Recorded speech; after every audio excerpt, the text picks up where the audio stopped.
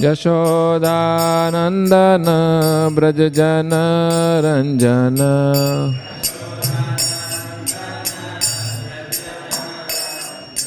Yashodanandana Brajajana Ranjana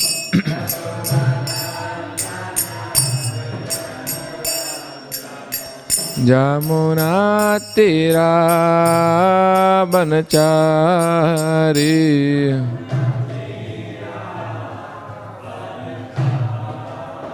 Jamunatira Banachari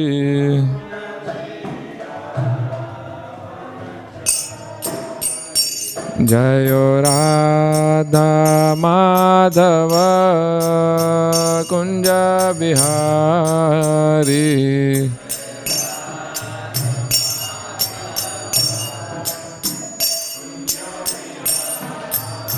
Jayo Radha Madhava Kunja Bihari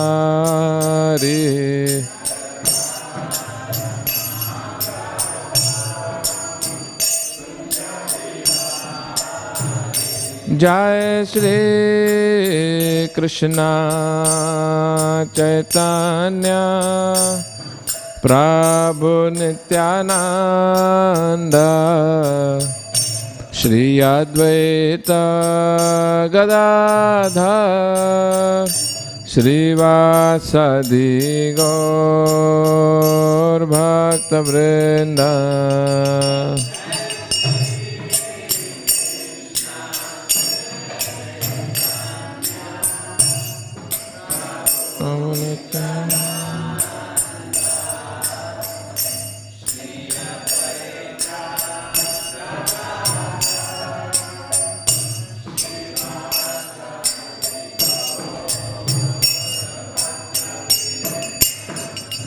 Jayo Shri Krishna Chaitanya Prabhu Nityananda Shri Advaita Gadadhar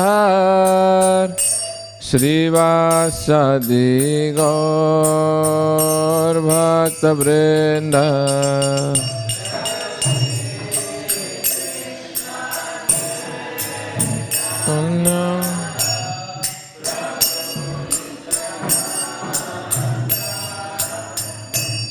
Shri Advaita Gadadhar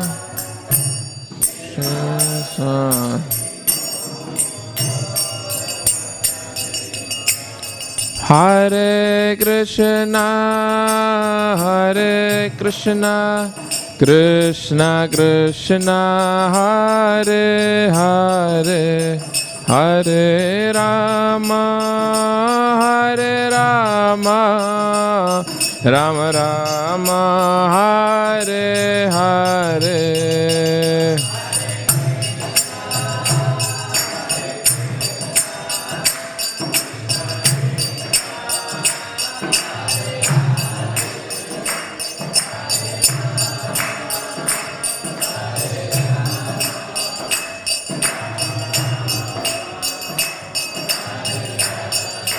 Hare Krishna Krishna Krishna Hare Hare Hare Rama Rama Rama Hare Hare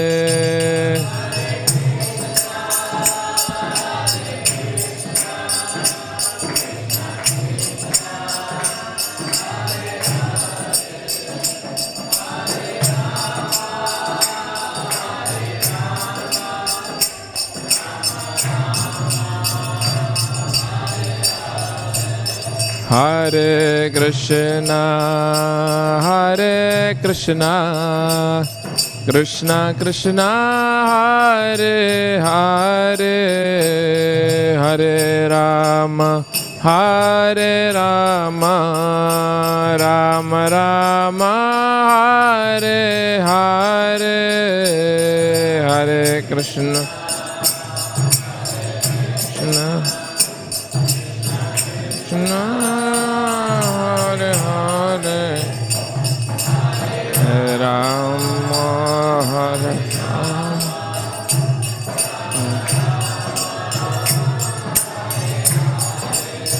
Hare Krishna, Hare Krishna, Krishna Krishna, Hare Hare, Hare Rama, Hare Rama, Rama Rama, Hare Hare, Hare Krishna, Hare Krishna.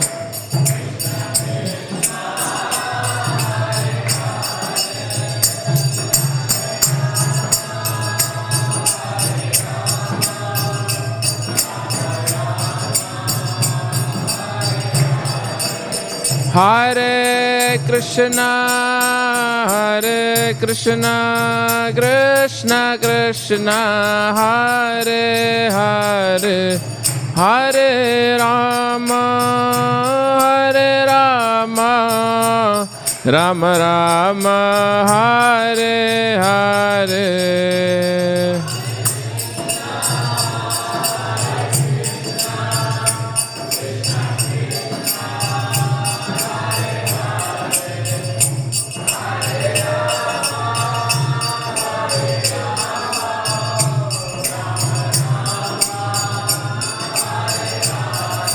Hare Krishna, Hare Krishna, Krishna Krishna, Hare Hare, Hare Rama, Hare Rama, Rama Rama, Hare Hare.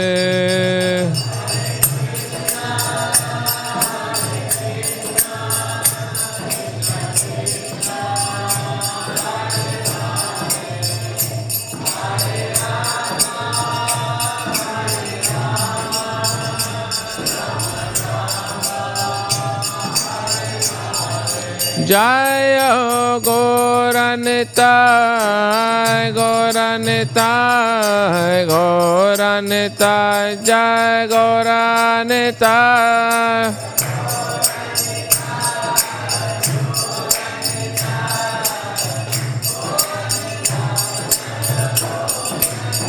Jayo Jagannath, Jai Jagannatha, Baladeva, Jai Shri Subhadra.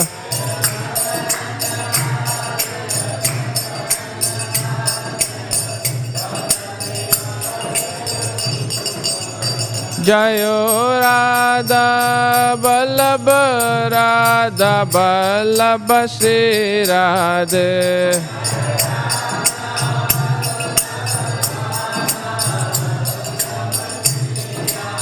Jayo Radha, Vallabha, Radha, Vallabha, Shri Radhe.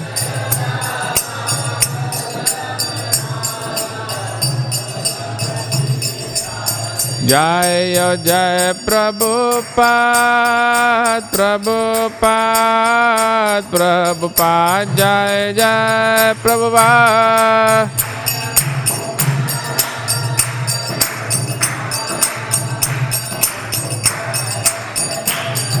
Jaya Jaya Prabhupada, Prabhupada, Prabhupada, Jaya Jaya Prabhupada.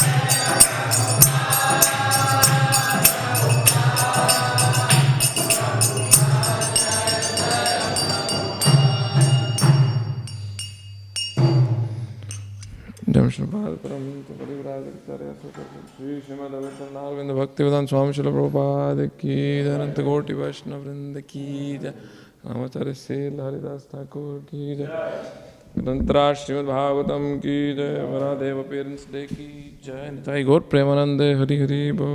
All glories to assembled devotees, all glories to assembled devotees, all glories to assembled devotees, all glories to Shri Shri Guru and Gauranga, all glories to Srila Prabhupada, Srila Prabhupada ki jai. Om Namo Bhagavate Vasudevaya. Om Namo Bhagavate Vasudevaya. Om Namo Bhagavate Vasudevaya.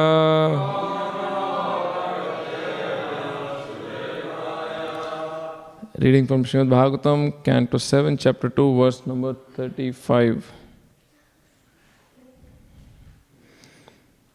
Evam vilapatninam vai.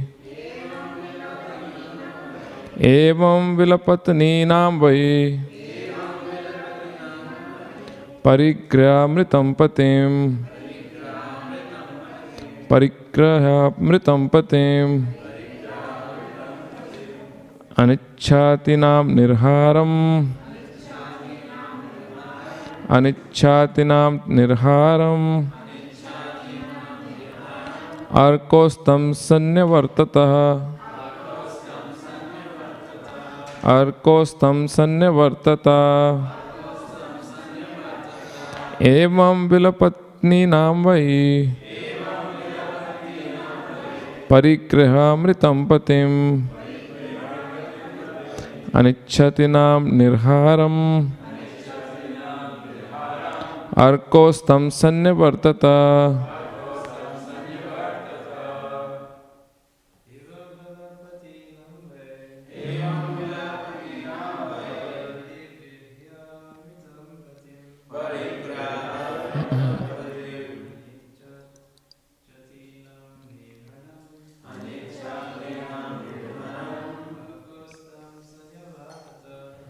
Arkostam sanyavartata.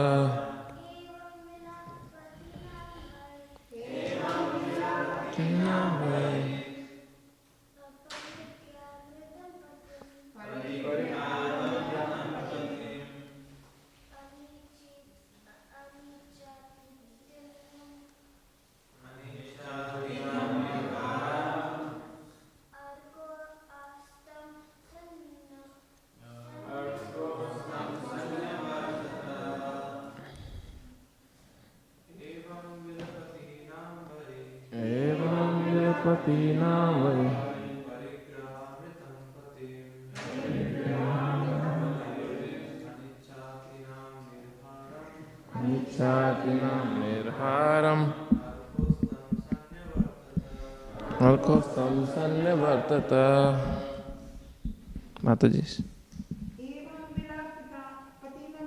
Evam vilapatinam vai. Parigrhamritam patim. Anichchatinam nirharam. Arkostam sanyavartata.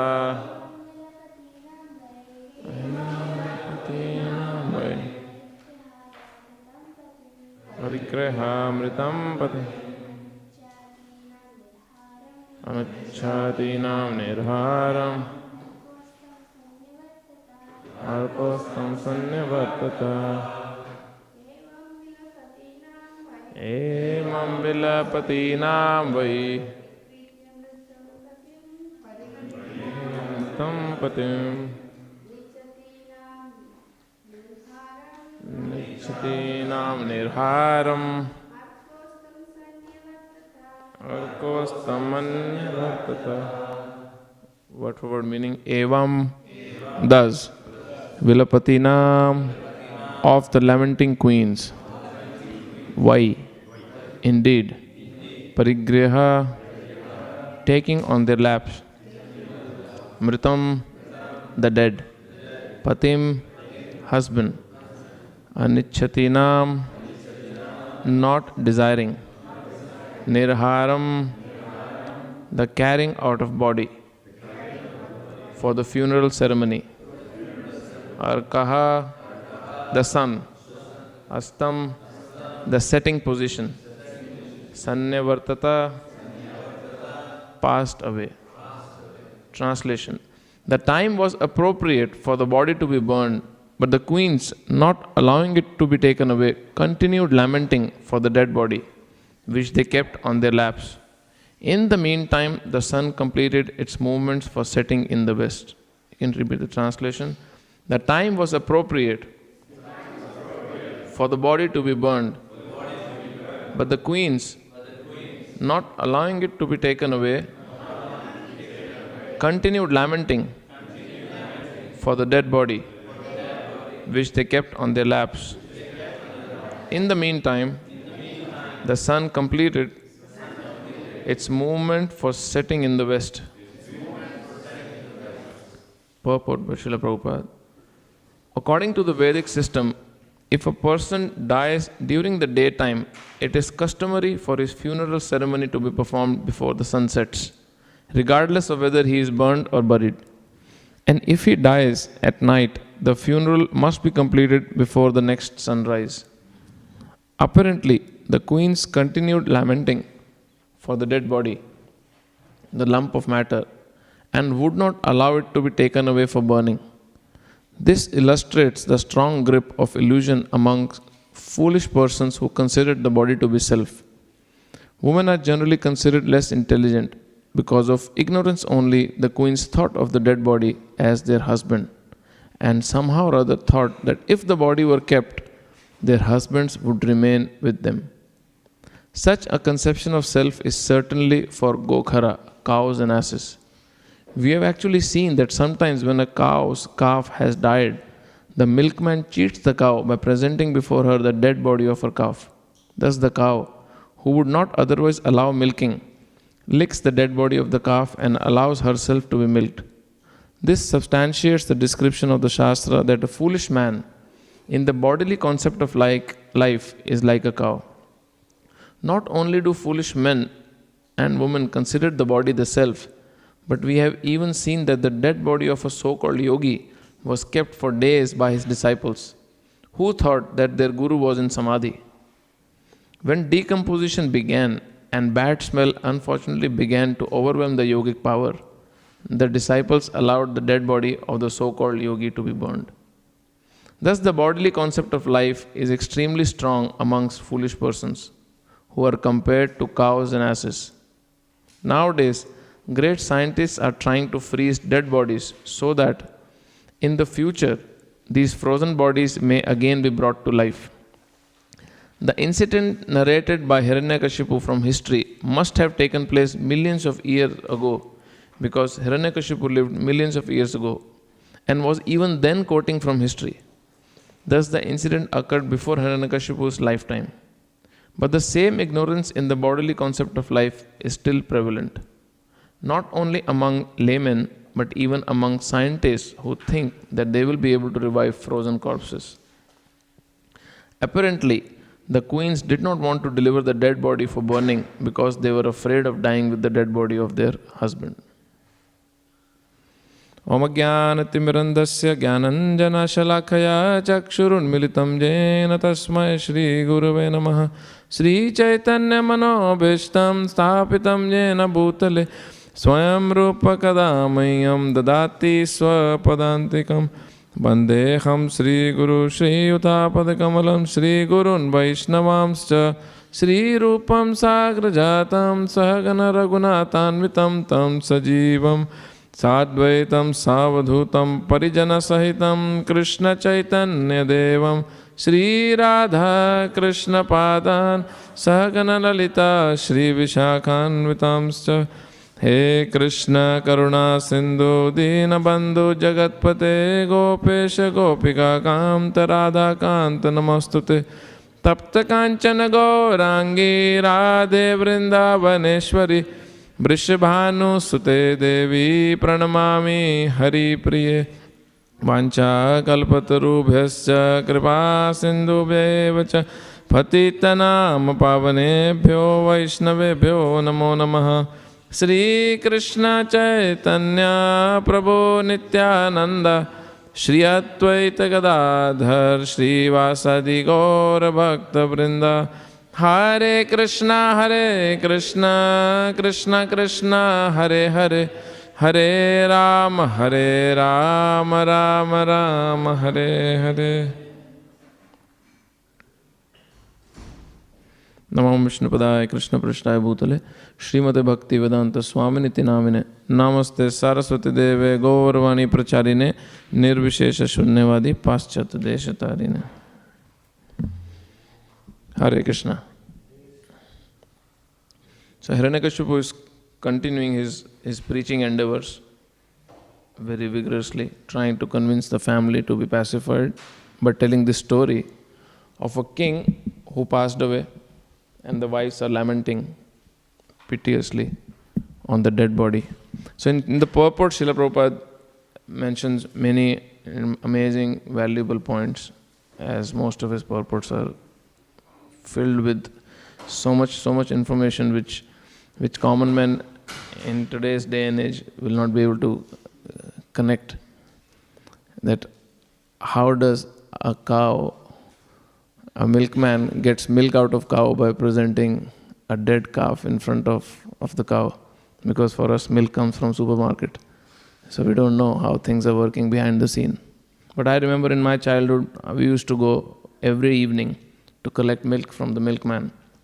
So he had a buffalo and he had a fake baby calf. The calf was their buffalo calf. Hay was filled inside. It looked exactly like a calf, so I think the calf died or what happened, but the skin was preserved and the hay was filled in like a stuffed toy. And every day morning 5 a.m. and evening 6 p.m. he would bring the calf right in front of the buffalo, and buffalo would give milk. We saw it every single day happening. So now if someone has not seen, Prabhupada's information helps how cows are cheated by milkmen. Because as soon as the cow sees the child, even though not reciprocating, even though the child is dead, Prabhupada is using very strong words. Out of foolishness, the cow gives milk, but actually her motherly love forces the milk to come out of her body. So that's how the milkman uses that particular trick to get milk out of the cow. And even if the calf is not dead, they will bring the calf in front of the cow, and after the cow sees the calf is taken away. So the proper milk is not given to the calf.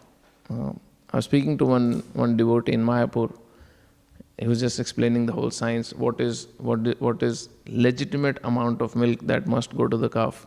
So if a cow has there are 4 nipples where milk will come out. So at least 3 of those should be dedicated for the calf, and only 1 for the human consumption. But I think it's the other way. Yes, so exactly, I don't know the science of it, but that's what he was telling. So he was quoting some scripture also, that this is the sinless way of taking milk from the cow. But now the pumps are suction pumps are placed and injections are given where she's forced to just give milk out, basically her pain out, and that's what we are drinking.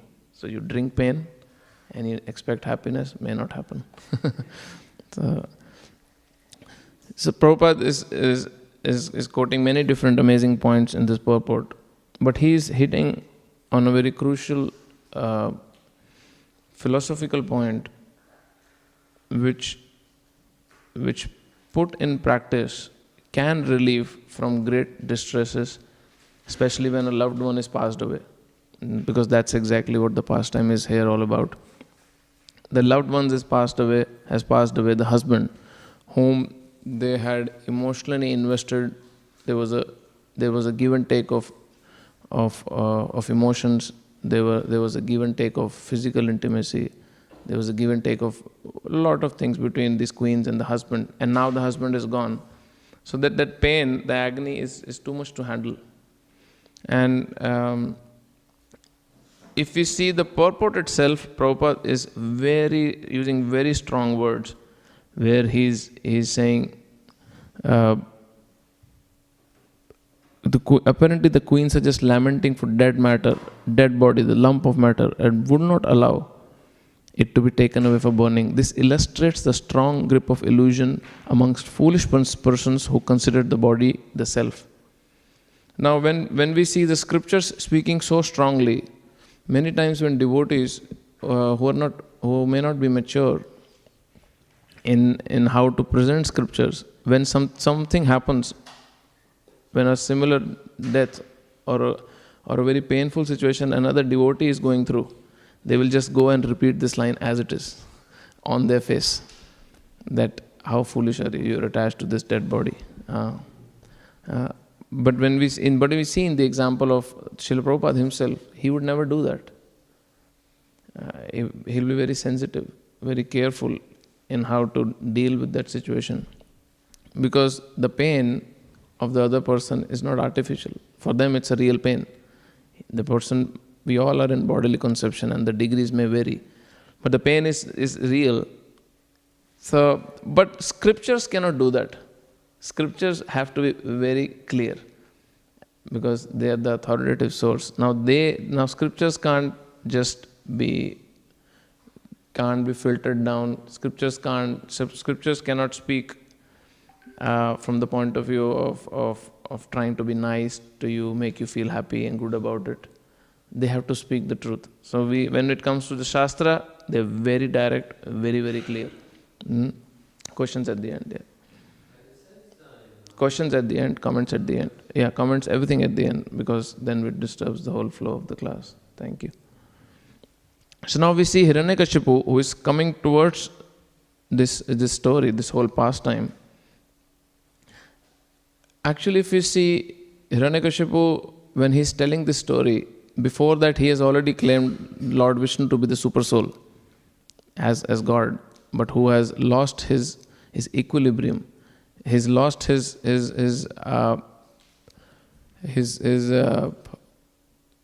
main aspect of Paramatma, who is equal to all. Why? Because he has killed his brother Hiranyaksha.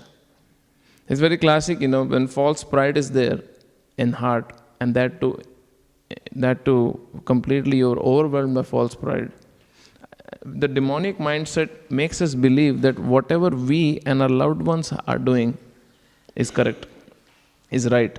And whoever is not accepting and whoever is opposing our ways of lifestyle is actually doing wrong to us. And this is exactly due to false pride, to a degree that Hiranyakashipu has even blamed the super soul, the Paramatma. And it's not just Hiranyakashipu who blames God. We also blame God when our ways are not our ways are not approved by either by Supreme Lord or by authorities.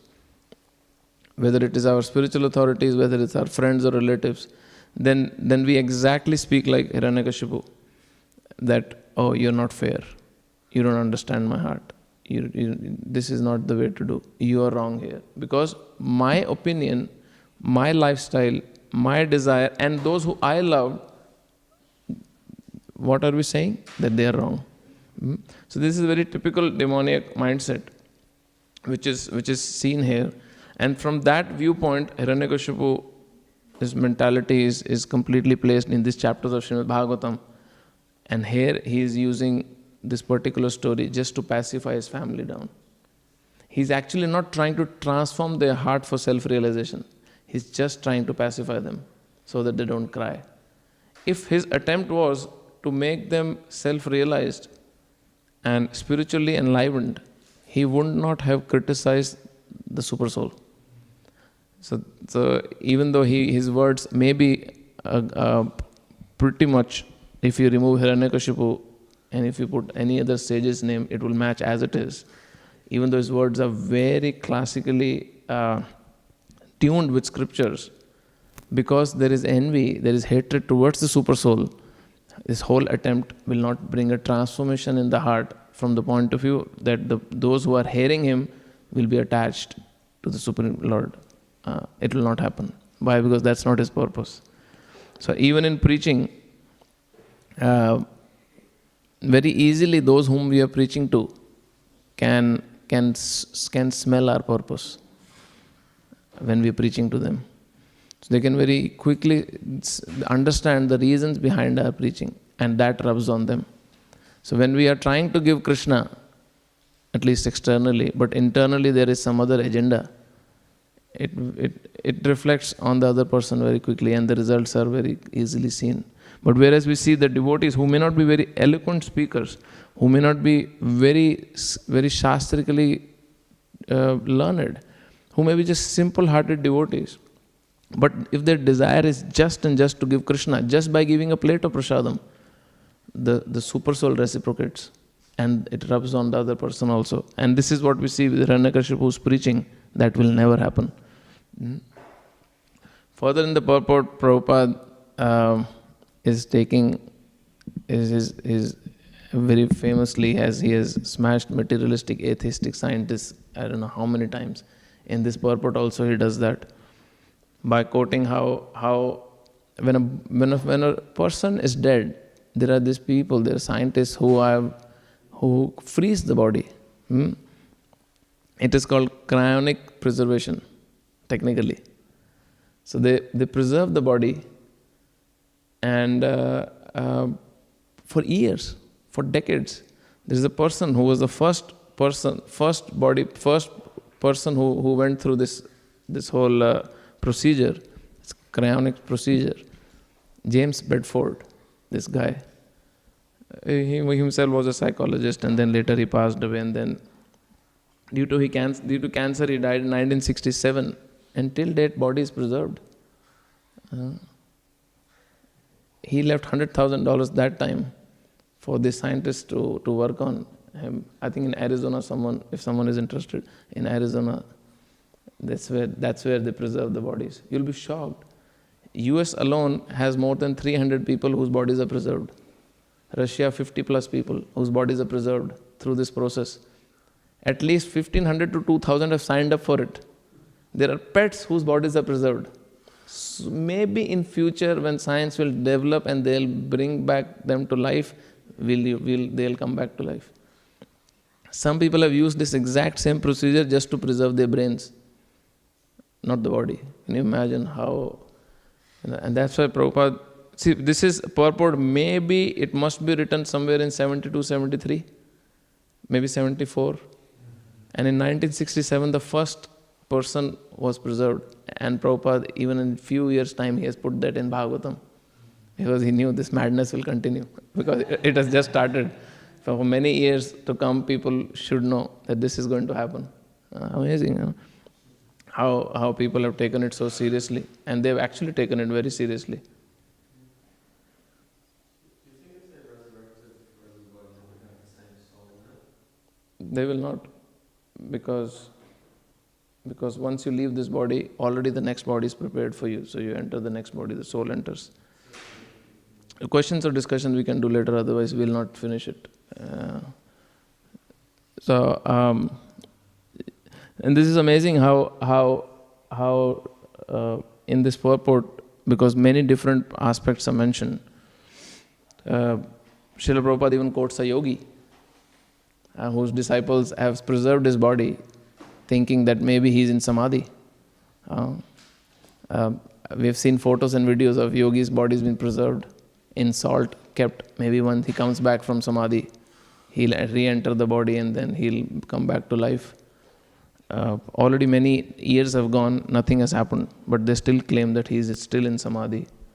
But when the body started decomposing, they actually understood, no, that he is not coming back. Actually, it is possible. It is possible. It's not just that this cannot happen. We see in Hiranyakashipu's own life, when he was meditating for 36,000 years of Devata, standing on one toe, when Brahma came, he could not see Hiranyakashipu. He only saw an ant hill. And when the ants were removed, only a skeleton was seen. So from his yogic powers, he could preserve his life within that skeleton. The soul didn't leave the skeleton, basically the body. But once the soul leaves the body, then that same body you can't enter. If a particular time period is gone.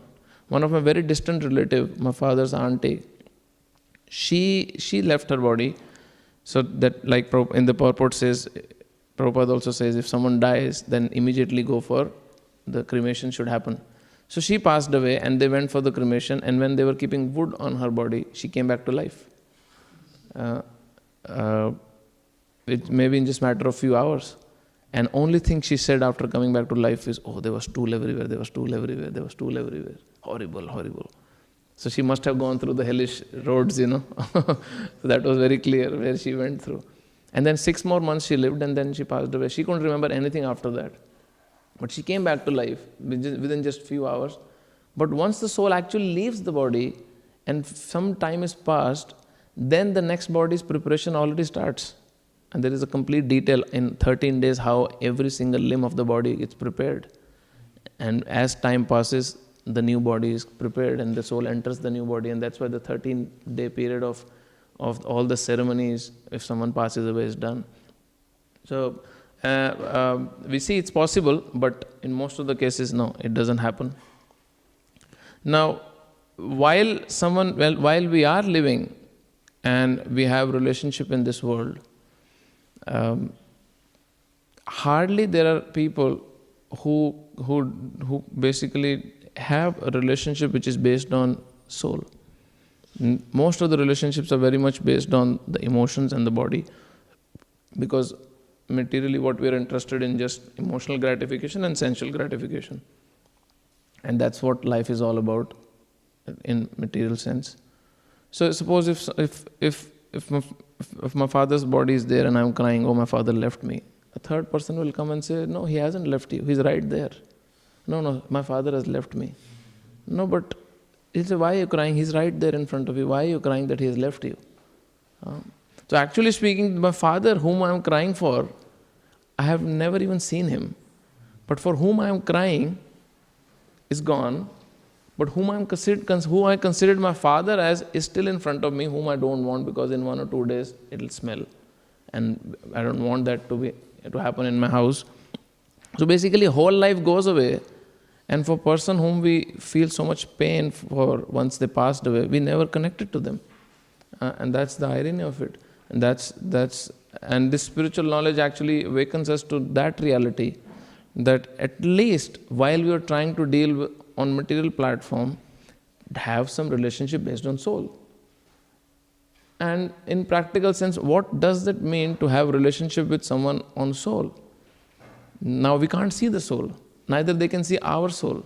But we do understand what nourishes the soul, what is food for the soul. We do understand what is the nature of the soul, and based on that relationship can be made.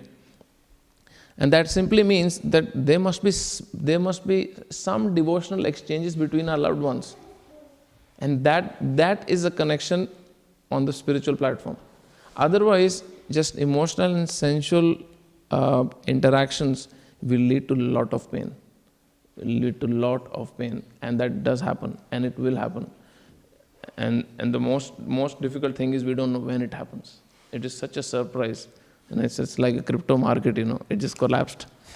People had invested all their wealth, and next day they woke up with nothing. It can happen anytime. That's how material world is. And someone passing away is also like that. Our community has gone through this very recently, and it was very painful.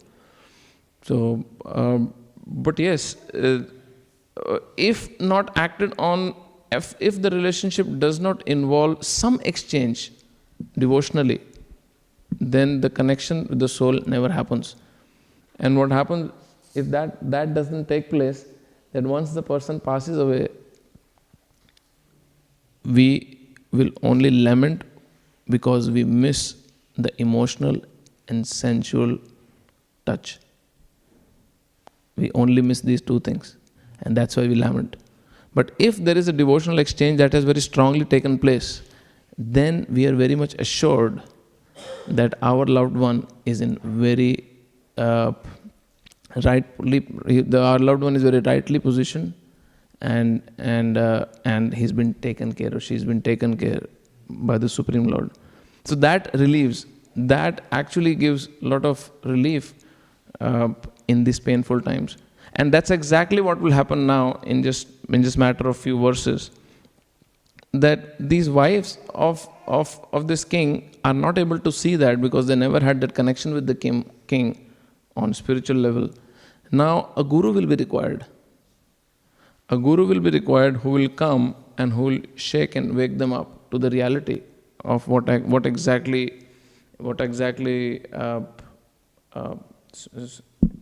connection on spirit is, and what exactly the knowledge of the soul is. In this case, Yamaraj will come, but he'll come as a child. And that's how Guru does. Guru may not appear in that very formal sense. Krishna, Paramatma, Chaitya Guru, who manifests as external Shiksha or Diksha Guru, may not appear as a formal Guru. He may appear in many other forms. So Yamaraj also came as a boy, and he will utilize the situation. He'll create an atmosphere where then he can speak properly. There is another example of Angira Rishi and Narad Muni in Chitraketu's story. They were the recipient, Chitraketu Maharaj, was not ready to hear, so they waited for the best moment to come so that they can impart knowledge. Another classic example we see is of Bilva Mangal Thakur, who was so much attached to this prostitute Chintamani that Chintamani prostitute, when in the most, I would say, in a time when he was most desperate to have her. His father has passed away, there is storm, the river is overflowing, and he crosses the river by using a dead body, thinking it's a log, and he climbs the window using a snake, thinking it's a rope. At that moment, this prostitute Chintamani, whom he was visiting every single day, understood, now this is the right time, I must manifest my service as a guru. Because Bilva Mangal Thakur wrote later in his prayers that Chintamani, the prostitute, was actually my guru, who was waiting for the right time to come and give me that heavy message. And what does Chintamani say? When Bilva Mangal Thakur enters in such a desperate condition to be with her, she says, oh, you're so desperate to be with me. If this same desperation you would have shown to meet Lord Vishnu, you would have attained success. And that one statement shook him so much, created a transformation in Bilva Mangal Thakur's heart. And that's why later in his prayers he wrote that my guru came as Chintamani. So spiritual master may come, like Yamaraj will come as their guru, as a child. In our lives also we see spiritual master may come in many ways, but at least if we are fortunate and we have a formal spiritual master, like who is in proper form of a spiritual master, as our Diksha, Shiksha Guru, if instructions come from him, especially in very hard times, if followed, if put in practice, and if we stick to it, amazing things can be achieved.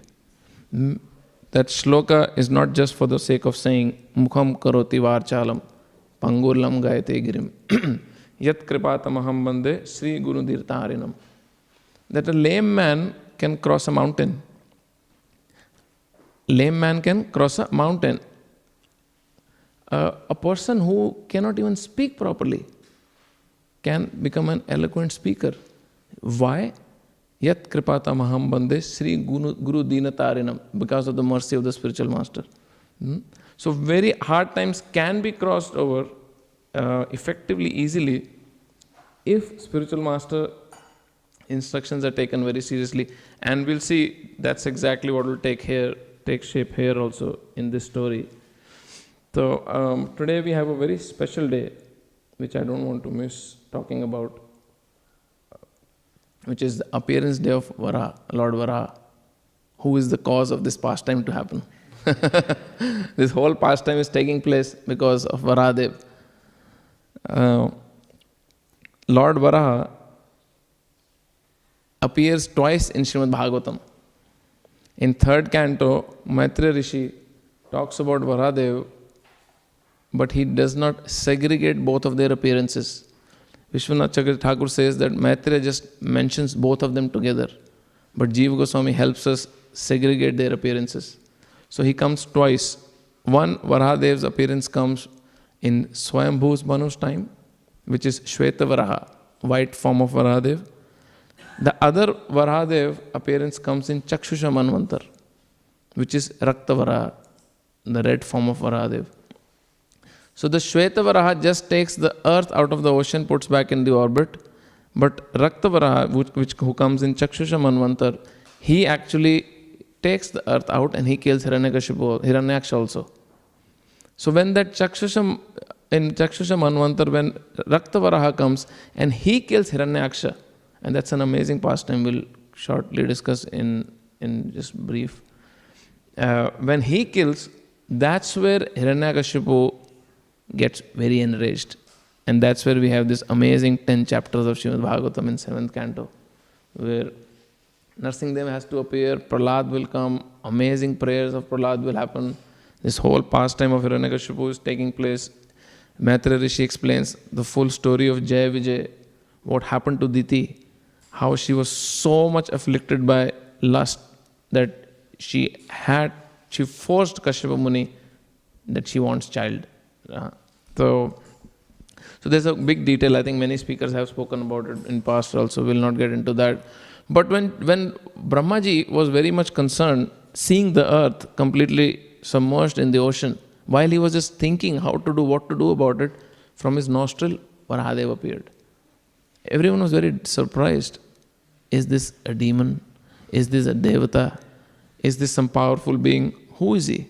And later they figured out, oh, this is Lord Vishnu himself who has come to solve the anxiety which Brahma and all the demigods had. Because in Shvetavaraha's time, Swayambhavu Manu is just asking Brahma that, okay, now I'm married on your request. Now I need a planet to rule, and Earth is that planet where I'll go and rule, and inhabitants will also take birth there. But Earth is submerged. So now what to do about it? And that's exactly when Vara appears from the nostril of Brahma. So in this particular pastime where Lord Vara appears, Earth is already submerged. And when Lord Vara goes to take out the earth from the ocean, Garbhodak ocean. Now this is not just normal ocean. This is Garbhodak ocean, in which Garbhodaksha Vishnu is there. If you know the details, this ocean is practically has filled half of the universe. It's that huge ocean. It's not Atlantic or Pacific type of ocean. It's beyond what we have tracked so far through satellites. So simultaneously something else was happening. This Hiranyakashipu, who and Hiranyaksha both were blessed by Brahmaji with great powers. To a degree, they were near immortality, almost. Now Hiranyakashipu is the elder brother. He had already conquered the 3 worlds. Hiranyaksha, his younger brother, who wanted to please his brother, he went to show his prowess. Now we see a very similar style shown by Ravan also. So whenever these demons have power, it's not that they're happy with power, they want to show it off. This is exactly like someone buying a Lamborghini. He'll not keep in the garage. They have to move around the city. And they have to show it off, put all the photos around. Whenever you have something which normal people don't have, how do you enjoy it? By showing off. There is no other way. You have to show it off. So you can't be satisfied just having it. Because what is the fun of just having it? There are many famous people, especially on social media, they brag about their 20 cars, 30 cars in so many videos, so many times, just to show what they have. So Hiranyaksha, that's how false pride is all about. Hiranyaksha also went around to show his prowess. While traveling, he went to Indraloka and he saw Indra is not there. Indra was hiding out of fear. So he started roaring and shouting because he wanted to fight. Ravana wanted to fight. He went and lifted Kailash. Because you have power, you want to express it, you want to show it. So then Hiranyaksha went to Varuna's planet, Varuna's abode. And he started mocking Varunadev. He went and fell at the feet of Varundev in a sarcastic way to tease him that, oh my lord, please fight with me. And Varundev got so upset with his behavior. But Varundev was intelligent. He understood there is no way I can defeat Hiranyaksha. So he changed his tone and he said, I am old now. I can't fight with you. But yes, there is someone who is capable of fighting with you. Varaha is there. you go and fight with him. But then he told him also, then we will see how you will lay dead. Yeah. When you go and fight with Vara. So then Hiranyaksha, in full anger, went, and when he saw an ocean, he just wanted to sport a bit. He went and jumped into the ocean to just go for a swim. And what he saw there was Varaha taking the earth out of the ocean. So these two things were simultaneously happening there. So they met together at that time. So now what Hiranyaksha did is that he started using very bad words to insult Varahadev. Prabhupada writes amazing purport to that, one of the verses in that chapter, in third canto.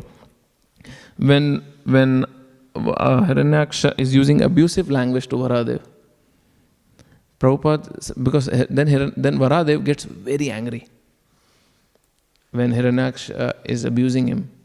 But seeing Mother Earth very scared and frightened, Varahadev did not even speak to him much. He didn't even retaliate, didn't speak. First he wanted to secure earth.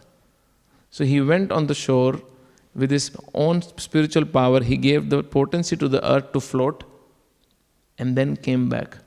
So in that purport, Srila Prabhupada writes that God is a sentient being. He did feel bad when abusive words were used against him. And then Prabhupada explains, like if someone is worshipping God, he becomes pleased. Similarly, if someone is decrying him, if someone is insulting him, he feels bad also, because he is a person. Now the difference is that we take it on ego. The Supreme Lord doesn't take on ego, but he as a supreme person will naturally feel, because he has emotions. Now this is very difficult for Mayavadis to understand. Those for whom the Lord is the all-powerful, all-knowing, all-great being, how can he feel bad if someone insults? And Prabhupada writes in their purport that when impersonalists or Mayavadis, they say Lord doesn't have a form, he actually feels bad. That I have a form, but you're decrying my form, my existence. So he feels bad. And he's comparing exactly to Hiranyaksha's abusive language. Mm-hmm. So then Varaha, they told Hiranyaksha that, because he's in the form of a boar, a wild boar. He said, I am a wild boar. Actually, I was also looking for a hunting dog, and I found you. So now, I'll kill you. And both have their maces, and the fight begins. And they're hitting their maces to each other. And there is actually more than a chapter just on how they fought. And the demigods' hearts are sinking when Varadev's mace fell down. And Brahmaji is praying, please don't delay. Can you quickly kill him? Why are you delaying this fight? The night time is coming. These demoniac people, they gain more strength in the night times. Can you please kill him? And this whole pastime is taking place, and Varadev didn't listen immediately to Brahma. After that also, Hiranyakashipu is hitting Varadev and he's injured. He's bleeding. Hiranyaksha is bleeding. And then Hiranyaksha comes and with his leg, he tries to hit the Lord. And I think Varadev has decided, that's it. The match should be over now. So right here, and the root of the ear, Varadev gives him a big whack, and Hiranyaksha starts to stumble, vomit, and he collapses. And he dies. So all the devatas came close to see. Dead? Okay, he's dead. And then flowers were showered. And all the prayers and the glories to Varadev happened at that time. So that news went across. And of course, when Hiranyakashipu heard that enraged him so much, and that where all these pastimes are coming. In the purport, when Srila Prabhupada is mentioning about cows and asses, there is a very famous shloka that comes in Śrīmad Bhāgavatam, Yasyatma buddhi kunupetri dhatuki adhik kalitradisho bhauma ijjadi yat tirtha buddhis kalilena karhisit salilena karhisit janeshu abhikyeshu sa eva gokhara. In the purport, if you see, Prabhupada has used many times cows and asses, cows and asses. It comes from this verse specifically, gokhara. Now, who are considered cows and asses? Who identify his self, oneself, as the inert body. Who am I? This body. And all the designations connected to this body. Who assumes his wife, children and family as permanently his own. And then the country, the place of birth is considered worshipable. And who sees just a place of pilgrimage as just place of going and taking bath. And nothing more than that. And who never identifies, worships or even visits those who are knowledgeable in spiritual path. They are considered gokhara, cows and asses, not very intelligent. In that particular purport, which is very much connected to us, Prabhupada makes amazing statement. He quotes a verse from Brihaspati Samhita, first of all, which says, men who do not know the principles of devotional service to the Supreme Lord should be known as cows and asses. Agyata Bhagavat Dharma Mantra Vijnana Samvida. Jo Bhagavat Dharma, Agyata, one who doesn't, Agyata means who doesn't know Bhagavat Dharma, the principles of devotional service. Naraste Gokharagya. That person, that human should be considered go and khara, cow or asses. Even if they are expert in what? Technically analyzing all the scriptures, they are still considered gokhara. Why? For very simple reason, they do not know the principles of devotional service. After that, Srila Prabhupada makes a very clear statement which is very soothing for us. He divides devotees into two categories. One is that particular devotee, which most of us are in that category, if not all, at least most of us. That devotee who is imperfect Vaishnava. Now this particular devotee has not perfected devotional service. This particular devotee has not realized his relationship with Krishna. So now Prabhupada says, I'll read exactly what he says because every single word is very well formed here. An imperfect Vaishnava advancing towards the second-class platform identifies himself with the sages who have established the true spiritual path, even while he still may have some inferior material attachments to body, family and so on. So this is us, imperfect Vaishnavas, who understand that we need help of Guru, Sadhus and scriptures. But we still have material attachments to family, to our own bodies, to our loved ones. Such a devotee of Lord is not as foolish as cows or a stubborn ass like the majority of materialists. Why? Because in time, even one is very much aggrieved with the loss of a loved one. With time, because he is connected to higher authorities, superior knowledge, following the instructions of the spiritual master, that person will be able to overcome. But those who are completely materialists, who does not have this facility, or who do not put themselves in this situation where they can avail this superior spiritual knowledge, for them, gokhara. Straight gokhara, cows or asses. But the most excellent is the Vaishnava, who has gained the special mercy of the Lord and broken free from the bondage of illusory attachments altogether. So that's the second category of a devotee. First is majority of us who are imperfect Vaishnavas, and that second one is perfect Vaishnava, who by the mercy of the Lord is free from the bondage, which is of illusionary energies, all attachments altogether, completely.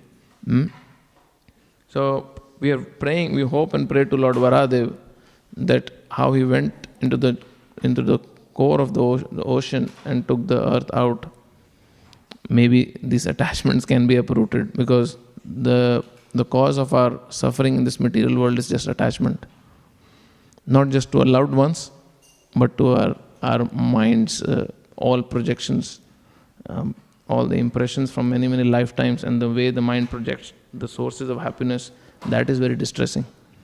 Because in material world, all these sources of happiness, when put in practice, they lead nothing but to distress. So if Lord Vara can uproot on today's day, that's our humble prayer to Lord Vara, that our heart is also very dirty. He enters as a wild boar. If that can be uprooted, our spiritual practices, our spiritual realization will nourish, will flourish, and we'll be actually happy. Hare Krishna. If anyone has any comments or questions, we can discuss now. Yes, Prabhu.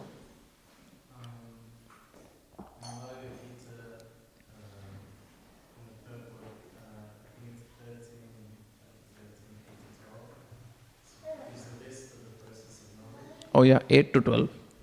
Yes. And one of the items was to be detached from wife and the rest. And regarding that, in the purport, Prabhupada says that the family, the kids, the natural objects of affection. But you were talking about being attached.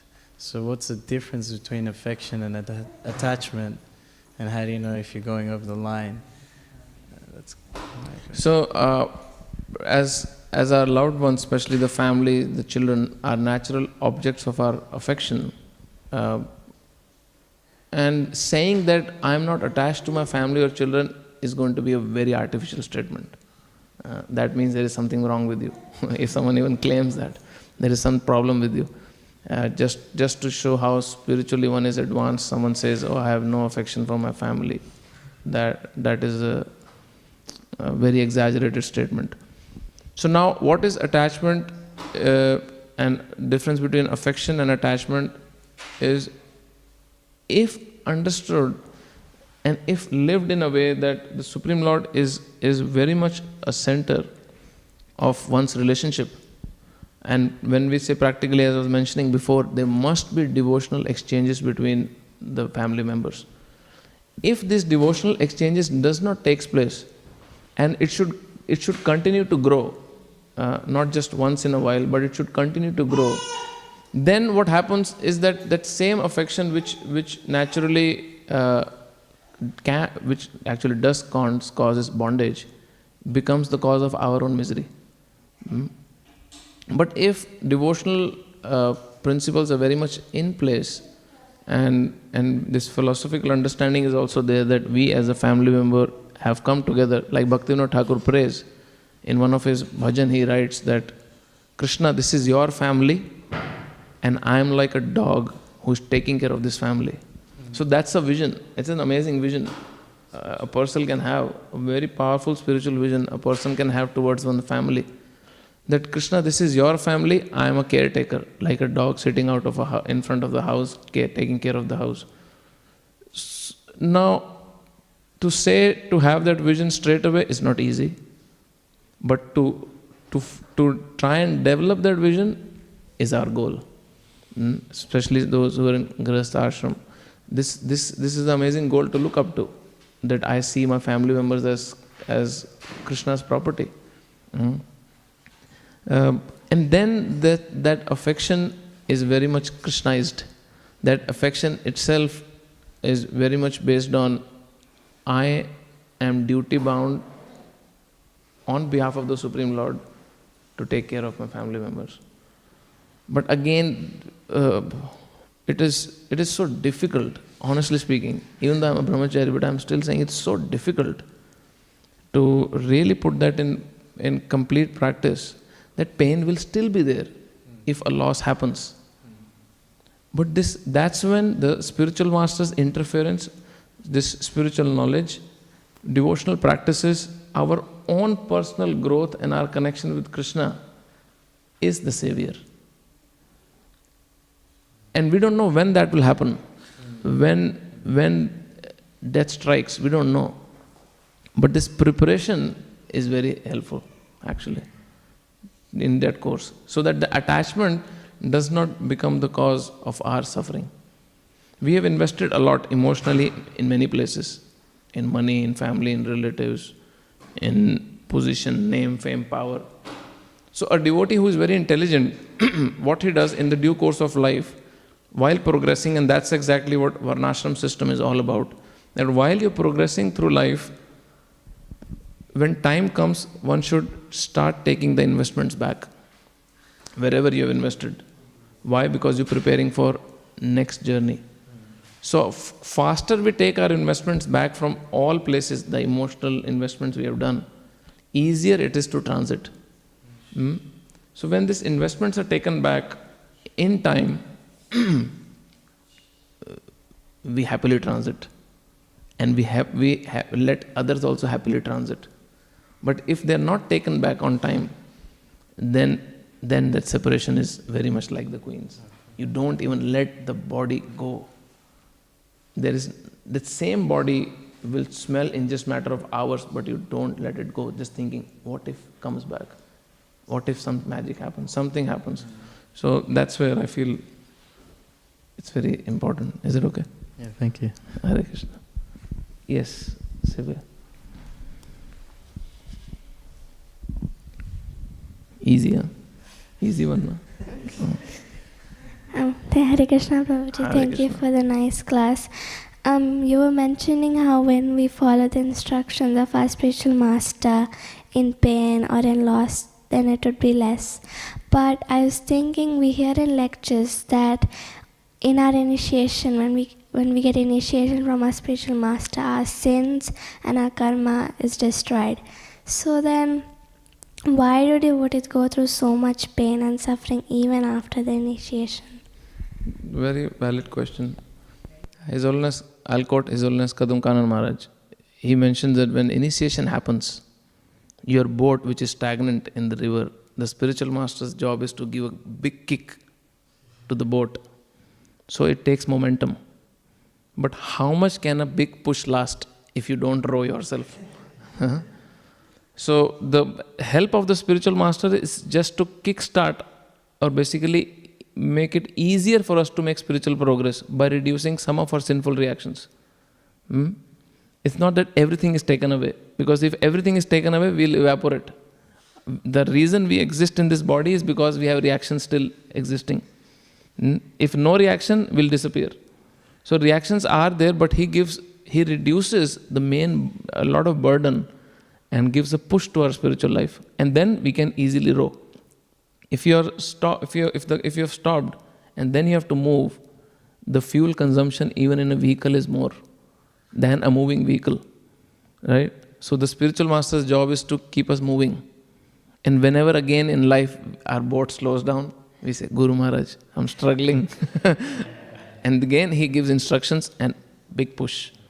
When instructions put in place, a big push. And then again after some years we write email to our spiritual master, Maharaj, struggling to chant. So then again some instructions will come. So that's what spiritual master keeps encouraging us till we come to a stage we become self-reliant spiritual practitioners. So that's the service of the spiritual master, which they selflessly do. Now spiritual master, when we are in condition of suffering, his instructions will be soothing and cutting simultaneously. He'll be very sensitive to our realities, but they will not be overwhelmed by our realities. Even if someone has passed away, it's not that they will get so morose and so caught up that they will struggle to even practice spiritual life. No. They will be very sensitive and careful to our needs, but simultaneously they'll keep waking us up to the reality. And that's their service. That's their selfless job. And that's why they are considered or treated as good as God, because they're doing it on behalf of Krishna. Is it okay? Thank you. Yes, Prabhuji. Hare Krishna. Prabhu, in last paragraph, like Prabhupada, in purport, Prabhupada mentioned that these wives are attached and not allowing the body to burn. But then Prabhupada also mentioned that they're afraid. So can you explain these two, like attached but I searched for it. Vishnu Thakur doesn't say that. So I thought maybe it's coming from him, but maybe I think either it's Prabhupada's own realization or some Acharya he's quoting, that they don't let the body go because they are scared. Now they have to enter the fire also because of the Sati Pratha, that a wife goes with the husband, the Saha Marana, which was mentioned in the previous verse. Because I didn't find much on it, so I just... what I'm asking is, when you attach to, you want to go in fire, but same time they are attached to stopping him, but they don't want to go also. That's why Prabhupada is saying. Apparently it appears that they are scared of death themselves. Because we don't see this happening in the life of Pandavas. Yeah. When he died, Madri and Kunti's discussion was who will go. Yeah. Not to stop Pandu from getting cremated, but the discussion itself was who will go. And there was an argument who will go. What an attachment it must be. Just think about it actually. What an amazing attachment it must be that the wife wants to burn alive. Sit in the fire.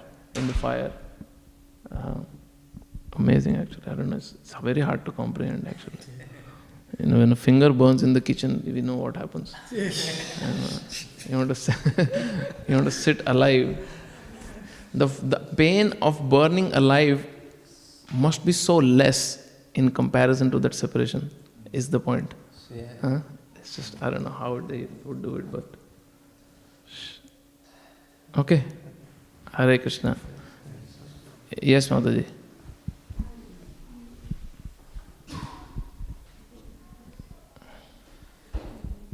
When you said that when the attachment and affection, that is because when you work for a company, right? When you work for a company also you are working just like that, you are working at home with children, family, everyone you are working. So how much attachment, how much affection you are working. When you work for a company also you are working the same way, that you don't think of when you are working for a company, you want to run back home just to finish the work. You work with full affection, you want to do the work. Same thing when you are doing at home also, you are doing for the husband, children, everyone, you are doing this, or wife, doing the same work. When you do that, and when anything happen, like if you have to leave the job, or if someone has to leave the body also, it's same thing. I think that what is detachment with affection.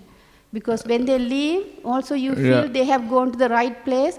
We are in pain because when we are in selfish, because we are thinking we lost that, my handsome son, or very caring son, or something. We are thinking ours. When we think it's Krishna has done the best for him, the pain will be also less. I think the pain, it's millions of different levels. Yeah, I got your point, but the comparison is very wrong. Losing a son and losing his job, or losing a family member and losing his job is not same. People don't go in depression when they lose a job. People don't cry for 15, 20 days or for years when they lose a job. No. So the comparison itself, I'm just saying, your point you were making is right. When Krishna is in the center, then it's easy to let go. But the examples are not correct. That's my point. But if you have that consciousness, when you work but the point is you can't compare it with the job. Like, how many people are so much attached to a company that when the company, even if the company kicks them out, they are attached to money. They find another way of livelihood. But to compare that with family members, I feel either it's an insult or it's too much of an understatement, that they are same. Maybe you're right, but my point. But the point is correct. Yeah, my point was when you're working for a company, also do not think about the money. Money comes along. You work 100% there. No, I don't know anybody who works for a company without thinking of money. Nobody. Unless you're working as a volunteer somewhere. When I was working, I do that. When I was working. So if salary doesn't come, you still continue to work? Because you don't think about the salary come along. Same thing when you work for Krishna also, when you work for family, you don't think about the fruits, but it comes along. Yeah. When you put Krishna in the center. Yeah, this requires further discussion. Thank you. Hare Krishna. Karantara Śrīmad Bhāgavatam ki jai, Srila Prabhupada ki jai.